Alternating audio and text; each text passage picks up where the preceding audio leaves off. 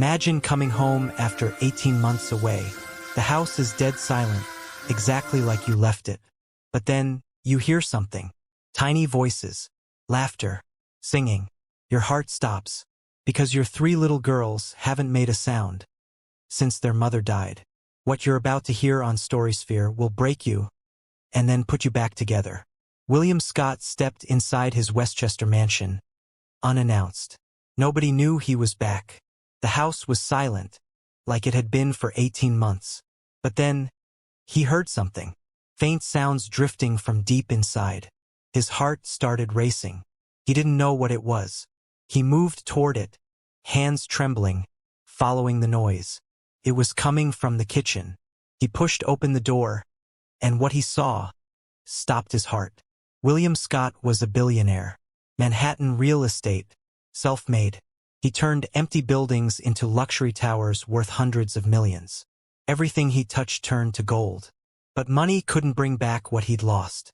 His wife, Catherine, died in a car accident. Upper East Side. Drunk driver ran a red light. She was gone instantly. William was in Dubai closing a $200 million deal when he got the call. At her funeral, something broke inside his 3 daughters. Mary, Edith, and Michelle. 4 years old. Identical triplets. Honey blonde curls. Green eyes. They stopped talking. All 3. At the exact same time. Mary used to recite nursery rhymes. Edith asked why about everything. Michelle sang made-up songs in the bathtub. Now nothing.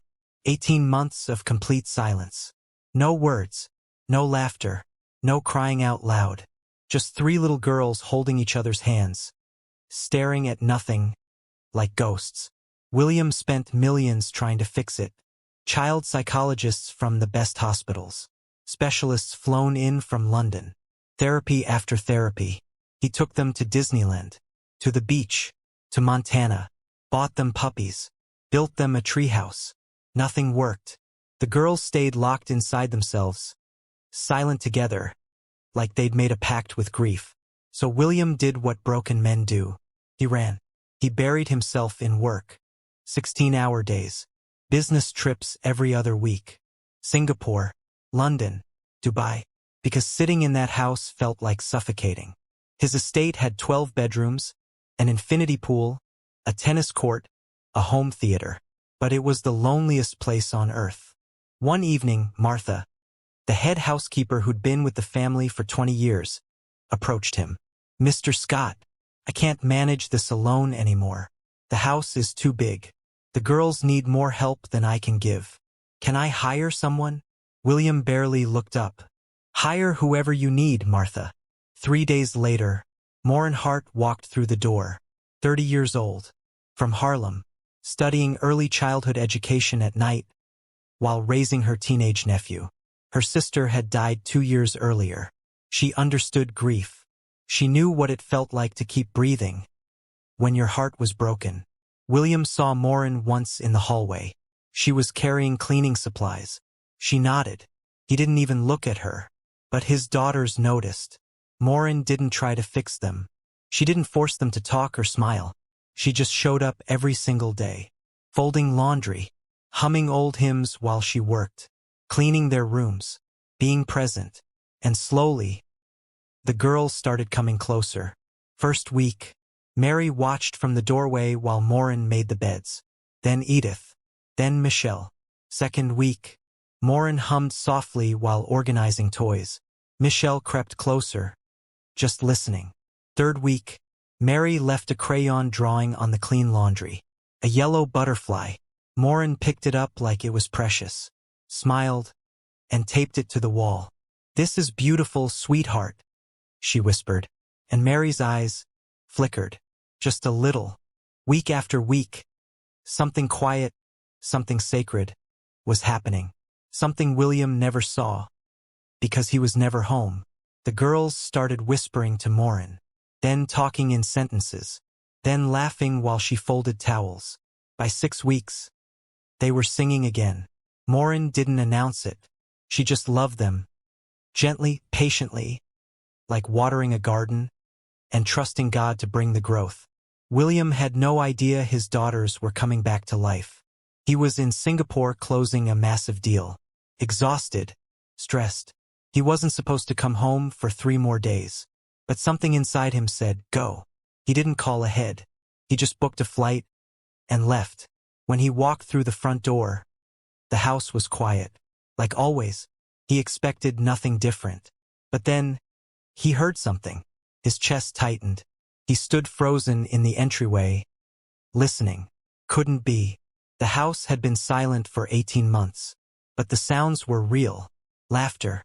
Children's laughter. William's hands started shaking. His heart pounded. He moved down the hallway faster. Breath caught in his throat. It was coming from the kitchen. He reached the door, hand trembling, pushed it open. And what he saw inside stopped his entire world. Quick question before I tell you what he saw. If the story is already hitting you hard, smash that like button right now and subscribe to Story Sphere with notifications on, because you're not ready for what's coming next. Sunlight poured through the kitchen windows, bright, warm, the kind of light that makes everything feel alive. Michelle was sitting on Moren's shoulders, little hands tangled in the woman's hair, giggling uncontrollably. Mary and Edith sat barefoot on the counter by the sink, legs swinging, faces glowing. They were singing, actually singing, "You Are My Sunshine." Their voices filled the room, like music William had forgotten existed. Moren was folding small bright dresses, humming along. Smiling like this was the most natural thing in the world. The girls wore matching magenta outfits, hair brushed, cheeks flushed with joy. They looked alive. William stood frozen in the doorway. His briefcase had fallen somewhere behind him. He couldn't move, couldn't breathe. His daughters talking, laughing, singing. For 3 seconds, relief so powerful it felt like his chest might cave in. Gratitude, joy, a feeling he hadn't felt since Catherine died. Like maybe, just maybe, God hadn't forgotten them. Then Michelle shouted, "Louder, Miss Moren, sing louder," and something shifted. William didn't understand it. He couldn't name it, but it rose up fast, and hot, and ugly. Jealousy, shame, rage. This woman, this stranger had done what he couldn't. She'd brought his daughters back from the dead, while he was closing deals and flying across the world. She was here, loving them, healing them, being the parent he should have been. And he hated her for it. What the hell is going on here?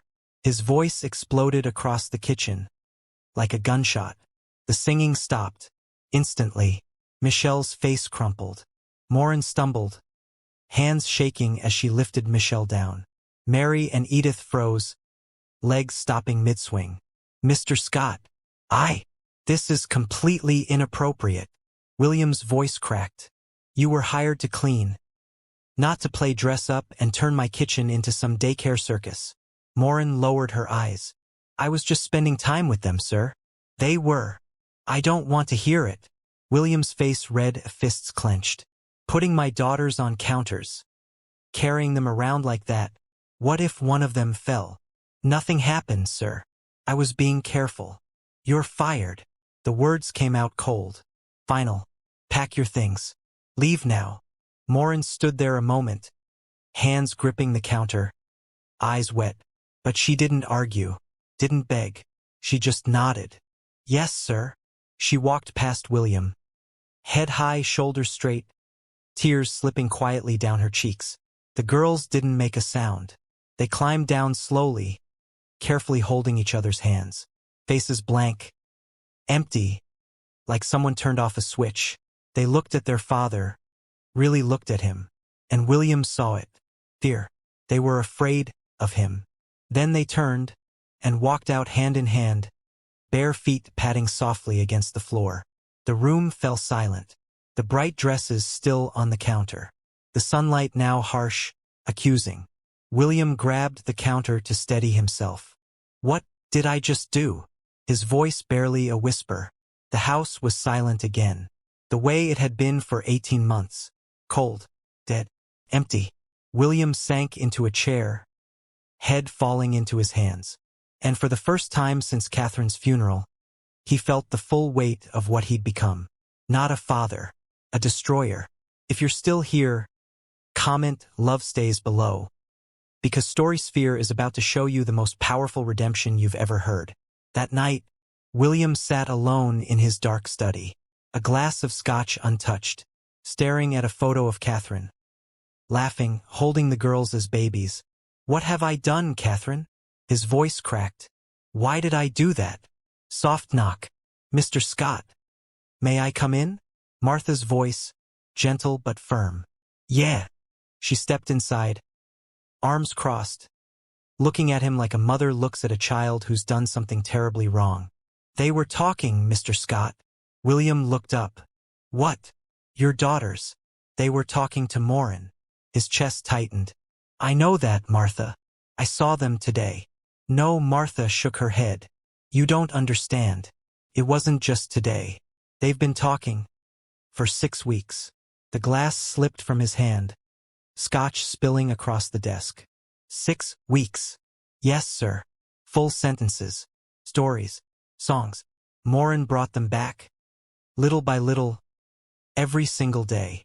William's hands started shaking. "How? Why didn't anyone tell me?" Martha's voice soft, but it cut deep. "You were never here to tell, Mr. Scott." He covered his face. "Oh God. Oh God. Martha, I destroyed it. I destroyed everything. In 10 seconds. Yes, sir. You did." The words hung heavy. No comfort. Just truth. William's voice broke. "What kind of father am I?" Martha stepped closer. "Do you understand what you did today? Those girls trusted Moren. They opened up to her. And you showed them that when you're scared, you hurt the people they love." William looked up, eyes red. "I wasn't thinking. I saw them so happy with her. And I felt like I didn't matter anymore. Like I'd been replaced." "So you destroyed it?" "Yes." His voice barely a whisper. "I destroyed it." Martha uncrossed her arms. "What are you going to do now?" "I need to apologize to Moren, to the girls. I need to fix this." "Apologizing is a start. But those girls don't need your words, Mr. Scott. They need you. Actually you. Not the man who works 80 hours a week and throws money at problems. They need their father." William nodded slowly. "I'll talk to Moren first thing in the morning. I'll ask her to come back. I'll make this right." Martha studied him a long moment, then turned toward the door. "I hope so, sir. For their sake." The next morning, William called Moren to his office. She entered quietly, head down, hands clasped. "Sit down, Moren." She sat back straight, waiting. William cleared his throat. "Moren, I want to apologize. What I said yesterday, how I spoke to you, was completely out of line. I didn't know the girls had started talking again. Martha told me last night. I was wrong." Moren said nothing. "You weren't being inappropriate. You were caring for them in a way I couldn't. And I'm truly sorry." She looked up, eyes calm, clear. "May I speak freely, Mr. Scott?" "Of course. You didn't just fire me yesterday. You humiliated me in front of 3 little girls who trusted me. You showed them that people like me don't matter, that when you're confused or scared, you hurt people." William winced. Moren stood. "I know my place, sir. I'm the housekeeper. I clean. I fold laundry. But those girls, they became my heart. And you broke that in front of them." "Moren, please." "I'm not coming back, Mr. Scott. Not because you fired me. Because I can't stay in a place where love gets punished." She walked to the door. William stood. "Please, my daughters need you." Moren turned, hand on the knob. "Your daughters need their father, Mr. Scott. Maybe start there." And then she was gone. William drove into the city that afternoon, to a modest apartment building in Harlem. Cracked sidewalk, faded paint, a world away from Westchester. He climbed to the 3rd floor, knocked. A teenage boy opened the door, tall, guarded eyes. He looked William up and down, the expensive suit, the polished shoes, and his jaw tightened. "Yeah, I'm looking for Moren Hart. Does she live here? You're the guy who fired her." William's throat tightened. "Yes, I made a mistake. I need to apologize. The boy stepped forward, blocking the doorway.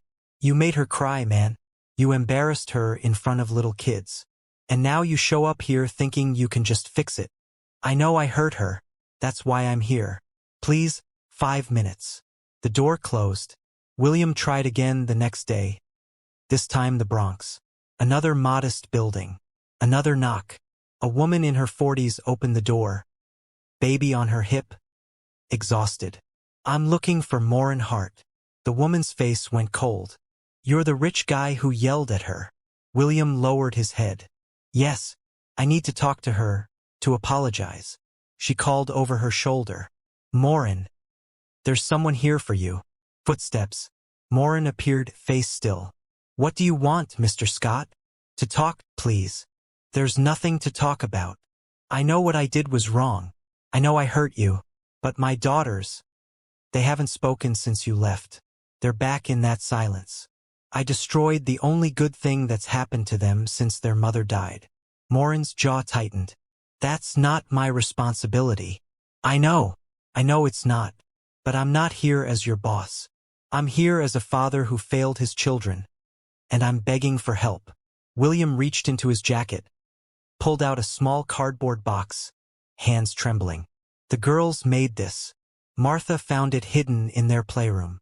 Moren hesitated, then took it, opened it slowly.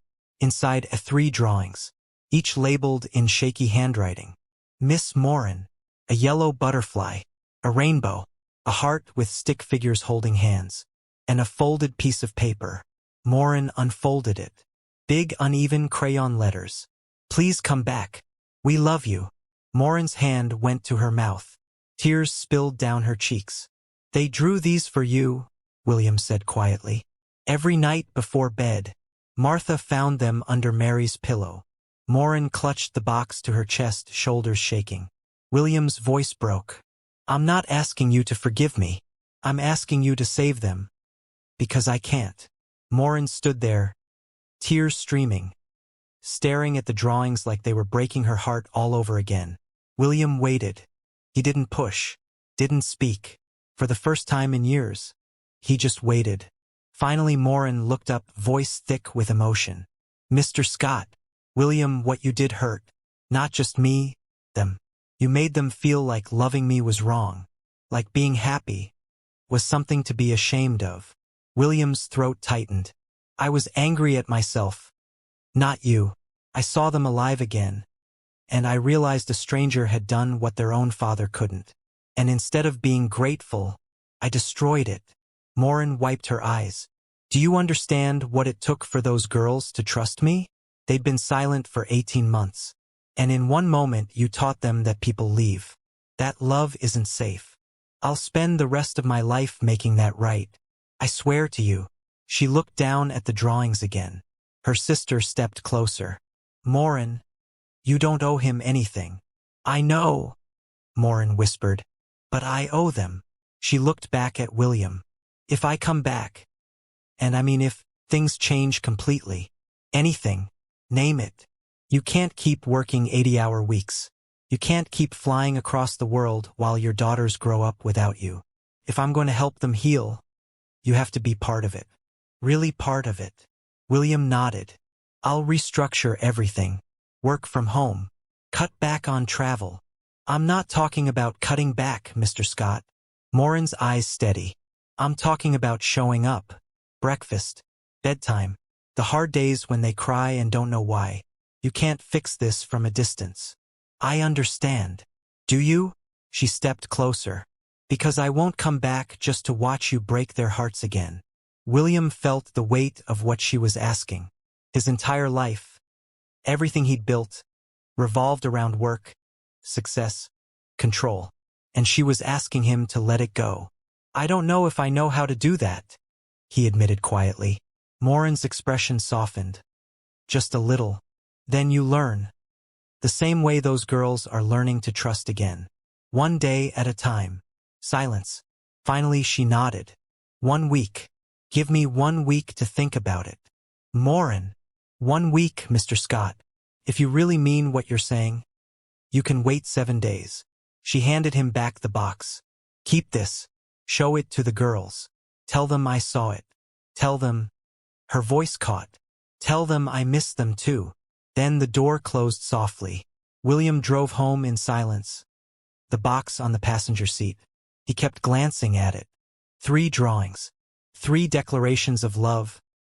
From children who'd learned to speak again. Then learned to go silent because of him. When he walked inside, Martha met him at the door. She looked at the box, nodded. There in the playroom. William climbed the stairs, each step heavier. Through the crack in the door, he saw them. Mary, Edith, Michelle. Sitting on the floor in a small circle, holding hands. Not playing. Not drawing. Just staring at nothing. Like before Moren came. He pushed the door open gently. All 3 looked up. Faces blank. Hey girls! His voice soft. They didn't respond. William stepped inside. Sat on the floor across from them. Not too close. I went to see Miss Moren today. Mary's eyes flickered. Just slightly. William held up the box. She wanted me to give this back to you. She saw your drawings. The ones you made for her. Michelle's grip tightened on her sister's hands. She wanted me to tell you something. William's throat tight. She said. She misses you too. Edith's lip trembled. But no sound. William set the box down between them. I know I messed up. I know I scared you. And I know. He paused, a voice breaking. I haven't been the father you needed. Not since your mom died. Silence. Those big green eyes, Catherine's eyes, staring at him. He couldn't buy this. Couldn't negotiate this. Couldn't control this.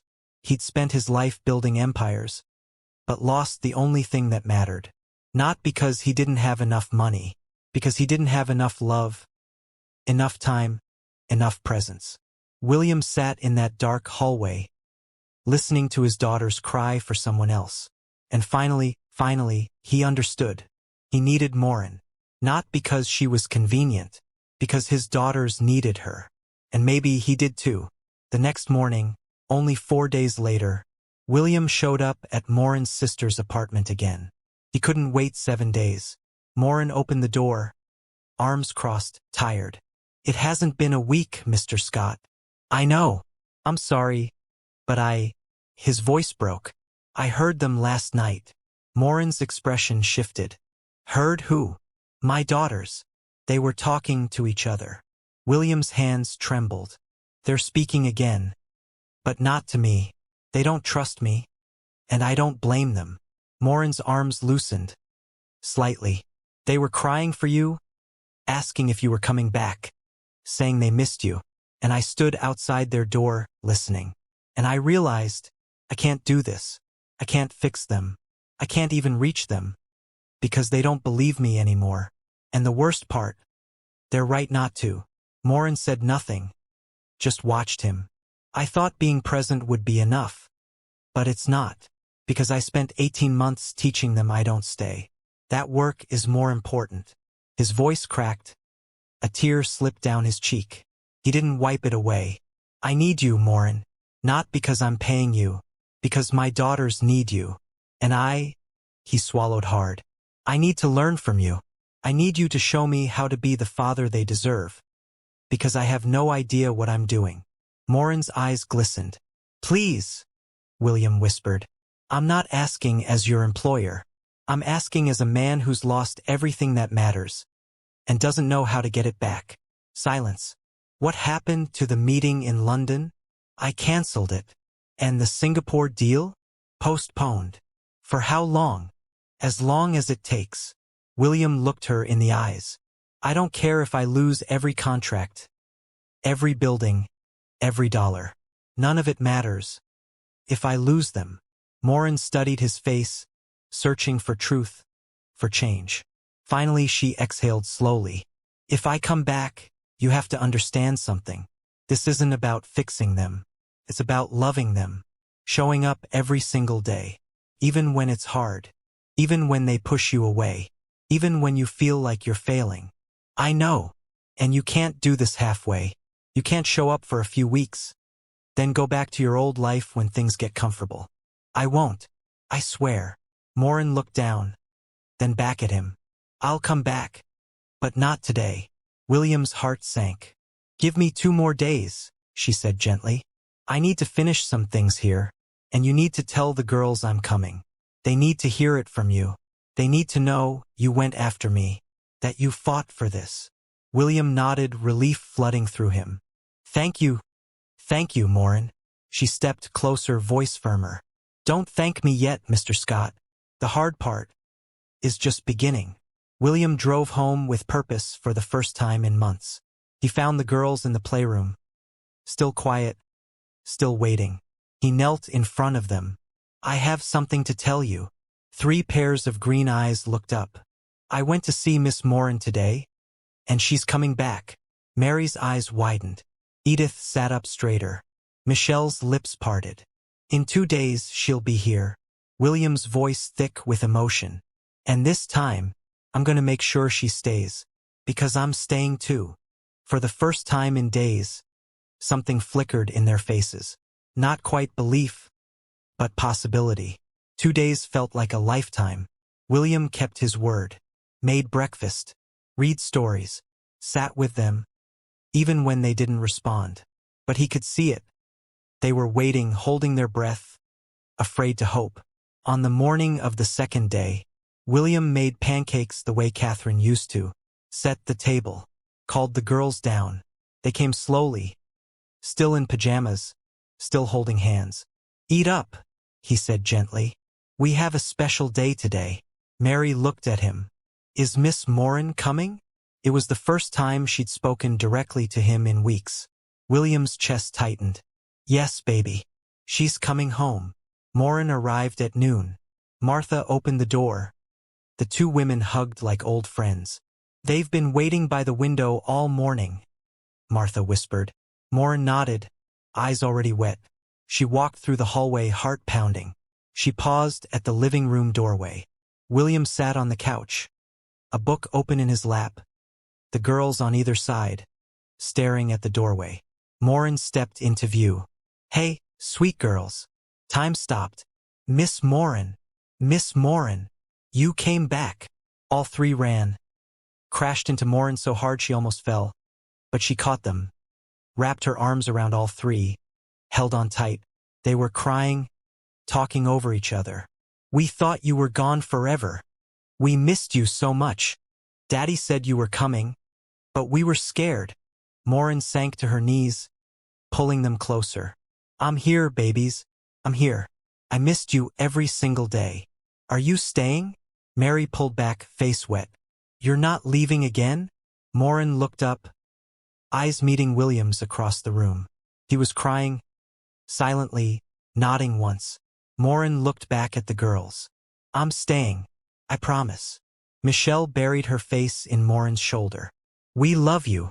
I love you too, sweetheart. So much. William watched, didn't move, didn't interrupt. Just watched his daughters come back to life, in someone else's arms. And for the first time, he wasn't jealous. He was grateful. After a long moment, Moren looked over. Mr. Scott. William stood, walked over slowly. Moren nudged the girls gently. Your daddy fought very hard to bring me back. He went looking for me. He didn't give up. Mary looked up at William. Really? You did? William knelt beside them. I did. Because I love you. And I finally understand you need people who show up. Not people who send money or buy things. People who stay. Edith reached out, took his hand. Then Mary took the other. Michelle wrapped her arms around his neck. And William Scott, the man who'd built an empire, broke down completely. He held his daughters and cried like he hadn't cried since Catherine died. Moren put her hand on his shoulder. A gentle touch, quiet promise. We'll get through this together. That evening, the house felt different. Not empty, not silent. The girls in the kitchen with Moren, helping make dinner, laughing, talking, singing while they stirred. William stood in the doorway watching. And for the first time in 2 years, he felt peace. 6 months later, the house didn't feel empty anymore. William restructured his entire life. Worked from home 3 days a week. No more 16-hour days. No more trips during school weeks. He knew their teachers, their friends' names, the songs they made up, the games they played. He was there for breakfast every morning, dinner every night, bedtime stories, bad dreams, good days, hard ones. He showed up, and slowly, so slowly, his daughters began to trust him again. Moren wasn't just the housekeeper anymore. She was family. The girls called her Auntie Moren. She ate dinner with them, celebrated birthdays, prayed with them before bed. And William learned from her how to listen without fixing, how to be present without controlling, how to love without conditions. One Saturday evening, sun dipping low over the Hudson, William found them all in the garden. Moren and the girls on their knees in the dirt, planting something, hands covered in soil, laughter floating through the warm air. William walked over. "What are we planting?" Michelle looked up, face bright. "Sunflowers, Daddy. Sunflowers." Mary nodded. Auntie Moren said Mommy loved them. William knelt beside them, throat tight. She did. She loved them very much. Edith pressed seeds into the earth. "Why did she love them, Daddy?" William looked at Moren. She smiled gently, encouraging him. He turned back to his daughters. "Your mom used to say, sunflowers always turn toward the light. No matter how dark it gets, they keep reaching for the sun," she said. "That's how we're supposed to live, always turning toward the light." "Like us," Mary said softly. William's eyes burned. "Yeah, baby, like us." Michelle pointed at the sky. "Daddy, look." A yellow butterfly landed on one of the seed packets. The girls went quiet, watching its wings open and close in the fading light. "That's Mommy," Michelle whispered. "Isn't it?" Moren's voice gentle. "Yes, sweet girl. That's her watching over you. So proud of how strong you've become." The butterfly lifted into the air, circled once, then flew toward the sunset. Mary took William's hand. "Do you think she knows we're okay now?" William pulled her close, pulled all three close, a voice thick. "I think she knows. I think she's been watching this whole time, waiting for us to find our way back." Edith looked up. "Are you staying, Daddy? Really staying?" "I'm staying, baby. Promise. I'm not going anywhere. Ever." Michelle leaned her head against his chest. "I'm glad Miss Moren came back." "Me too, sweetheart. Me too." William looked at Moren over the girls' heads. She was wiping tears from her eyes. "Thank you," he mouthed. She shook her head gently. "No, thank God." And William understood. This wasn't about him or Moren, or even the girls. It was about grace. The kind that shows up when you're broken. The kind that reaches into silence and pulls out songs. The kind that doesn't give up, even when you've given up on yourself. The sun disappeared behind the horizon. The garden filled with golden light. And for the first time since Catherine died, William Scott felt whole. Not because everything was perfect, but because he was finally where he was supposed to be. Present. Grateful. Home. Mary looked up at the darkening sky. "The sunflowers will grow, right, Daddy?" William kissed the top of her head. "Yes, baby. They'll grow. And when they do, they'll turn toward the light. Just like your mom said. Just like us." Edith repeated. "Just like us," William whispered. And in that moment, surrounded by his daughters, standing beside the woman who'd saved them all, William finally understood what Catherine had been trying to teach him all along. True wealth isn't what you build, it's who you become. And the most valuable thing in this life isn't success, or money, or power. It's love that stays, even in the silence, even in the dark. Love that stays. For what will it profit a man if he gains the whole world and forfeits his soul? Matthew 16 verse 26. This is Storysphere, where real stories remind us what truly matters. If this touched your heart, share it with someone who needs to hear that it's never too late to choose love that stays. See you in the next one.